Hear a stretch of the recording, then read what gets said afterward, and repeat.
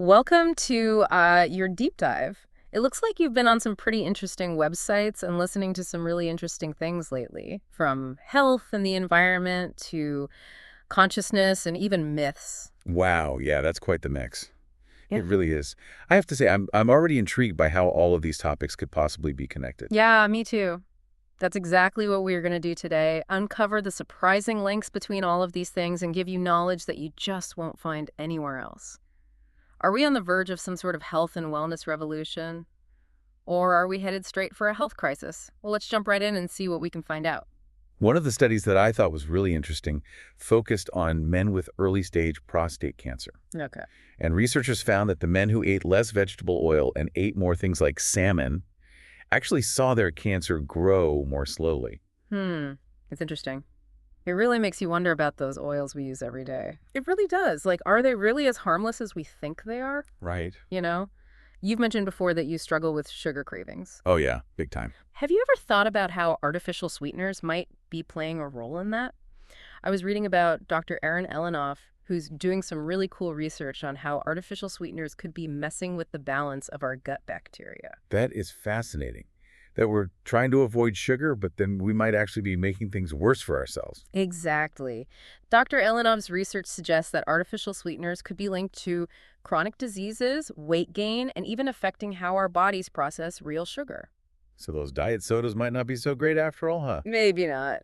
But Yeah. on a more positive note, one of the Dutch podcasts you shared, the Anad Tefel, featured Marcel van Silfhout, who started Grangeluk, Okay. which is focused on providing naturally grown foods. It's like they're going back to basics, producing food in a way that works with nature instead of against it. It's a nice change of pace from all the artificial ingredients we see in so much of our food. Yeah, for sure. It's great to see that people are starting to really care about where their food comes from and how it's made. And on that same note, have you heard of Reversed? They're taking a multi-pronged approach to longevity research. Multi-pronged. Yeah, like they have scientists, doctors, tech experts, all working together to try and figure out how to make us live longer. But it's not just about living longer, it's about living healthier for longer. Ah, I see. That's a really important distinction. Hmm. It's not just about quantity, it's about quality of life, too. Exactly. But, we do have to consider the ethical side of all of this. Hmm. What happens to society if everyone starts living much longer? It's something to think about. Yeah, for sure. There could be some pretty big implications. Definitely. But before we get too carried away with dreams of immortality, we need to talk about some of the concerns that came up. One that really stood out to me was the potential link between semaglutide, which is that popular weight loss drug, and a possible eye condition that could lead to blindness. Oh, wow. That's serious. Yeah, and after that news came out, the stock prices for companies like Novo Nordisk and Eli Lilly actually dropped. I see. So even with all the amazing medical advancements we're making, there are still risks involved. Absolutely, and it makes you think about how transparent the pharmaceutical industry really is when it comes to the potential side effects of their drugs. Well, yeah, good point. Now, going back to Deandra Tafel for a second, they also had a segment on homeopathy, specifically about using it to treat blue tongue disease in sheep. Homeopathy for sheep. I know it sounds a little out there, but it makes you wonder if maybe we're too quick to dismiss alternative medicine and anything that doesn't fit into our conventional understanding of how things work. Yeah, you're right. Yeah. We should at least be open to exploring all the possibilities. Totally. Well, shifting gears a bit to the environment.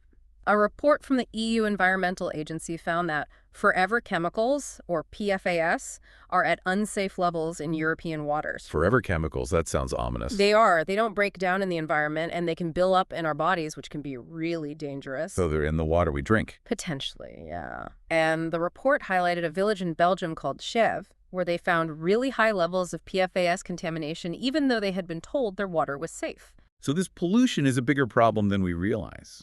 It seems that way, and it makes you wonder what other hidden dangers are out there that we haven't discovered yet. Yeah, it's a scary thought. Now let's switch gears again to something a little more mind-bending. Did you get a chance to see the research on Dr. Michael Persinger? His work suggests that our brains might be able to perceive way more than we realize. Oh, yeah, I remember that. It's the one about how our brains might be affected by electromagnetic fields. Right. And he had this wild idea about remote viewing. Basically, being able to see things happening in a totally different location. Like ESP. Kind of.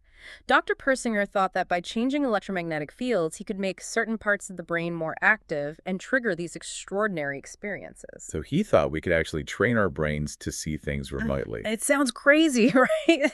But he even suggested that intelligence agencies could use this to tap into a global consciousness network to gather information. A global consciousness network. So, like, our minds are all connected somehow. That's the idea. Mm-hmm. And it's a pretty mind-blowing concept to think about. What if we could all access information from each other's mind, or influence each other's thoughts and emotions? Whoa, that's a lot to take in. It is. It really makes you question everything we think we know about how the brain works. Definitely. Okay, let's come back down to earth for a moment and talk about something a little more grounded. You shared a tweet from Dr. Robert Lufkin that asked a really interesting question.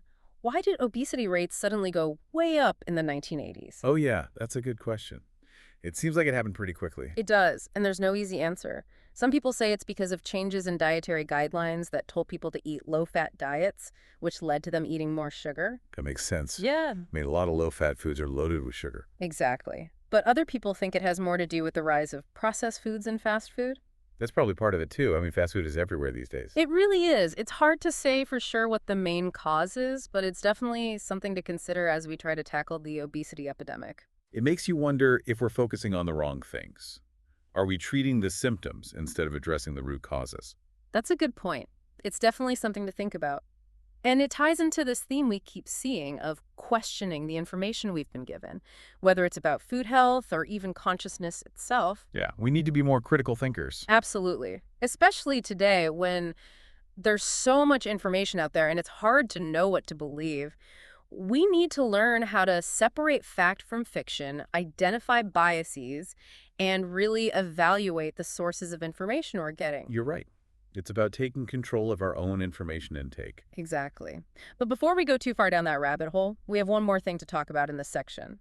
Remember that video you shared featuring Jay Bhattacharya? The one about censorship and lockdowns during the pandemic? That's one. He had some pretty strong criticisms of universities for the way they handled things, especially when it came to promoting censorship and supporting lockdowns. It's definitely a controversial topic. It is. But it's important to have these conversations and to think critically about the role of institutions like universities in shaping public discourse. You're right. We can't just blindly accept what we're told, even if it's coming from a place of authority. Exactly. We need to question everything and be willing to have open and honest discussions, even about difficult topics. I agree. That's how we learn and grow. Well, we've covered a lot of ground already. From the possibility of living longer to the very real dangers of environmental pollution and the importance of thinking critically. It's been quite a journey so far. It has, and we're just getting started. That's right. Are you ready to delve a little deeper? Let's do it. I'm ready for more. Oh, absolutely. I'm Yeah. ready. It's amazing how much we've already uncovered, and we're just scratching the surface. I know, right? It feels like we've opened up this whole Pandora's box of information. But before we get too lost in it all, let's circle back to Reversed and their work on longevity. I'm really interested in how they're bringing all these different experts together. Yeah, it's a really cool approach. Having scientists, doctors, tech experts, all working on the same problem from different angles. You'd think that would lead to some pretty interesting breakthroughs. It makes you wonder, what could we achieve if we always collaborated like that? I mean, think about it. We're learning about how to potentially live longer with Reversed. Right. But then we have these studies showing that things like vegetable oils and artificial sweeteners could be harming our health. That's like we're trying to extend our lifespans while also potentially making ourselves sicker in the process. Yeah, it's definitely a paradox. It makes you realize how much we still don't know about the human body and how all these different factors play a role in our overall health. It really does. It's a constant balancing act. Okay, before we go too deep into that rabbit hole, let's switch gears for a minute and talk about that article you shared by Laura Batstra and Sami Tamimi. They had some pretty strong opinions about how we approach mental health. Oh, yeah. They really challenged the status quo. They Right. basically said that we've medicalized too many human experiences and that we're too quick to label things as disorders. And that maybe some of these things are just normal reactions to difficult situations. Exactly. Like maybe feeling sad or anxious sometimes is just part of being human. It doesn't always mean you have a mental illness. Right. And they also question whether treatments like antidepressants and psychotherapy are really effective in the long term. That's a tough one. I mean, those treatments have helped a lot of people. But It's definitely something to think about. Yeah. Are we over-relying on medication and therapy? That's what Batstra and Tamimi seem to be suggesting. And they called for a complete shift in how we think about and approach mental health. It's a really interesting perspective. They want us to look beyond the individual and consider the social, cultural, and political factors that contribute to mental health issues. So instead of just focusing on treating the individual, we should be looking at the bigger picture and trying to create a healthier society overall. Right. It's a really holistic way of looking at it. Okay, let's bring it back to Dr. Persinger for a minute. You mentioned that he thought intelligence agencies could use his research on electromagnetic fields to tap into a global consciousness network and gather information. Yeah, that was one of his more far-out ideas. Yeah. It's definitely controversial, and there's not a lot of scientific evidence to back it up. But it's still a fascinating concept to think about. What if our minds really are connected in some I way? know, right? It would change everything about how we understand ourselves and the world around us. It would be a whole new paradigm. Now, it's something a little less mind-blowing. Remember that question about why obesity rates skyrocketed in the 1980s? Oh, yeah. That's a good one. It seems like it happened so suddenly. Right. And there are a lot of theories about why it happened. Some people blame it on the low-fat diet craze, which led to people eating more sugar. Yeah, it makes sense. When you take the fat out of food, you have to add something else to make it taste good. And that something else is often sugar. Exactly.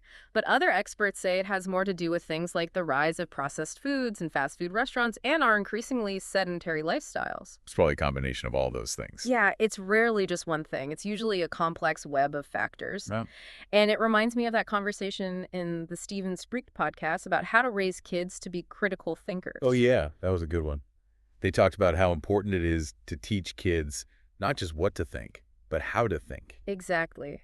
We need to equip them with the tools to evaluate information for themselves so they can make their own decisions about what to believe. Especially in today's world where they're bombarded with information from all sides. Absolutely. They need to be able to filter through all that noise and figure out what's true and what's not, what's biased and what's not. It's a vital skill for anyone living in the 21st century. Okay, before we wrap up this section, I want to touch on those forever chemicals one last time. It's just really unsettling to think that they're out there in our water and potentially harming our health. I agree. It's a stark reminder of how much our actions impact the environment and how those impacts can come back to affect us. It really highlights the interconnectedness of everything, doesn't it? It does. We can't separate human health from environmental health. So what have we learned today? We've talked about the potential to live longer and healthier lives, the importance of questioning the status quo when it comes to mental health, and the very real dangers of environmental pollution. And we've just scratched the surface. There's so much more to explore. Exactly. Where do we go from here? Well, we've covered so much ground already, from longevity to the environment to the power of critical thinking. It's been quite a ride. But we're not done yet. We have a few more stops on this journey, and I'm really curious about some of the new developments in health and science. I'm all ears. What's caught your attention? Well, there's been a lot of talk about vaping lately, and a new study from Dalhousie University raises some concerns about the long-term effects of e-cigarettes, especially on young adults. Uh-oh. What did they find? Well, they use this new method to assess lung health, called the Lung Clearance Index, or LCI. Have you heard of that? Yeah, it's a newer way to look at lung function that gives a more complete picture than the traditional tests. It measures how well the lungs clear out inhaled gases, so it can tell us more about how the smaller airways are working.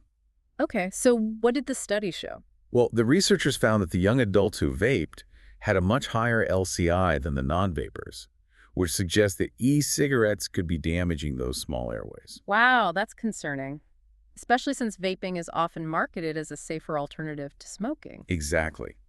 It's a good reminder that we need to be careful about embracing new technologies without fully understanding their long-term effects. Yeah, we're still learning about the potential consequences of vaping. And it makes you think about other medications and treatments, too. Like, remember the discussion about semaglutide and the possible link to that serious eye condition? Oh, right. It makes you wonder if there are other hidden risks with drugs that we don't know about yet. Definitely. But on a more positive note, there's some really promising news in the world of cancer screening. Researchers at the Karolinska Institute have figured out a way to screen for liver damage in people with type 2 diabetes at the same time they're getting screened for eye problems. Oh, wow. So they're catching two potential problems with one screening. That's fantastic. All right. It's a brilliant way to leverage existing screening programs to catch things early on when they're more treatable. And speaking of early detection science, Scientists at the University of Edinburgh have come up with an AI-powered blood test that can detect breast cancer in its earliest stages. Wow, imagine the impact that could have, catching cancer before it even has a chance to spread. It's really incredible how technology is transforming healthcare. It could revolutionize how we screen for and treat cancer. Okay, let's step away from human health for a bit and dive into the world of plants. Did you see that article about the groundbreaking discovery at the University of Heidelberg? The one about a new carbon pathway in plants? Yeah. Researchers figured out how plants grow faster when there's more carbon dioxide in the air. Oh, yeah. That's a really important finding, especially with climate change and rising CO2 levels.